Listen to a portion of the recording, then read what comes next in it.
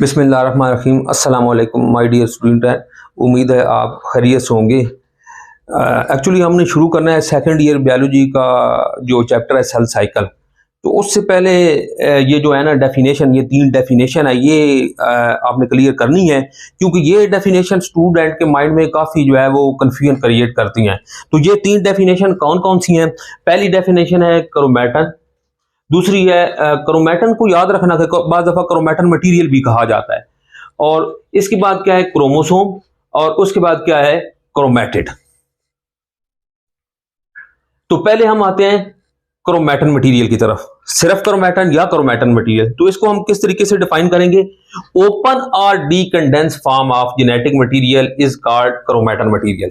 यानी इस वक्त जो क्रोमैटन मटेरियल होता है, जब सेल ने आमतौर पे तकसीम नहीं होना होता, तो उसका जो जेनेटिक मटेरियल होता है वो ओपन फॉर्म में होता है।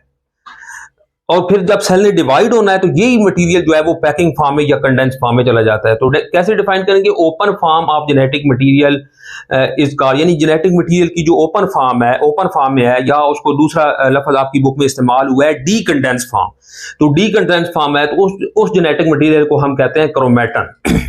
आमतौर पर इस क्रोमैटन मटेरियल में डीएनए होता है, डीएनए मटेरियल होता है, और कुछ इसमें प्रोटीन होती हैं, इस तरह बॉल की शक्ल की प्रोटीन होती है, जिनको हम हिस्टोन कहते हैं।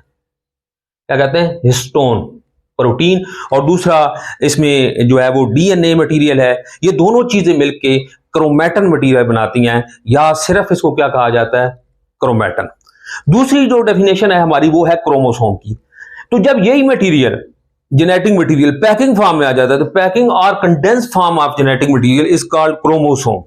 ये बिल्कुल इसी तरीके से आप समझ लें कि जो घर में आपका सामान पड़ा होता है तो वो आमतौर पर बिखरा हुआ होता है, पैकिंग फॉर्म में नहीं होता।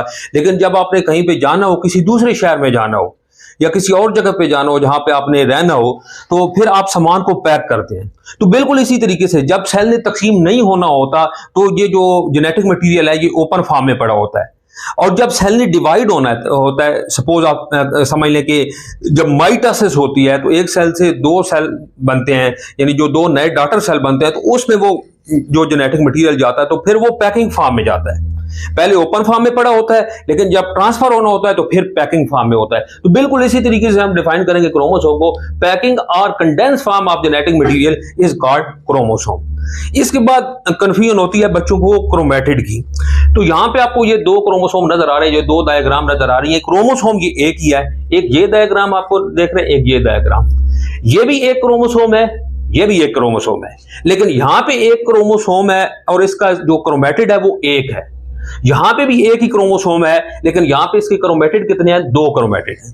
तो इस कंफ्यूजन को खत्म करने के लिए कि ये एक क्रोमोसोम है या ये 2 क्रोमोसोम है, तो आप याद रखें, ये सेंट्रोमियर को याद रख लें।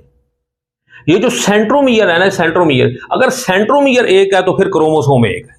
अब यहां पे देखें, सेंट्रोमियर एक है, क्रोमैटिड एक है, एक क्रोमोसोम है। यहां पे सेंट्रोमियर एक है, उसी सेंट्रोमियर के साथ दोनों क्रोमैटिड अटैच हैं, इसमें बता दें कि ये भी एक क्रोमोसोम है।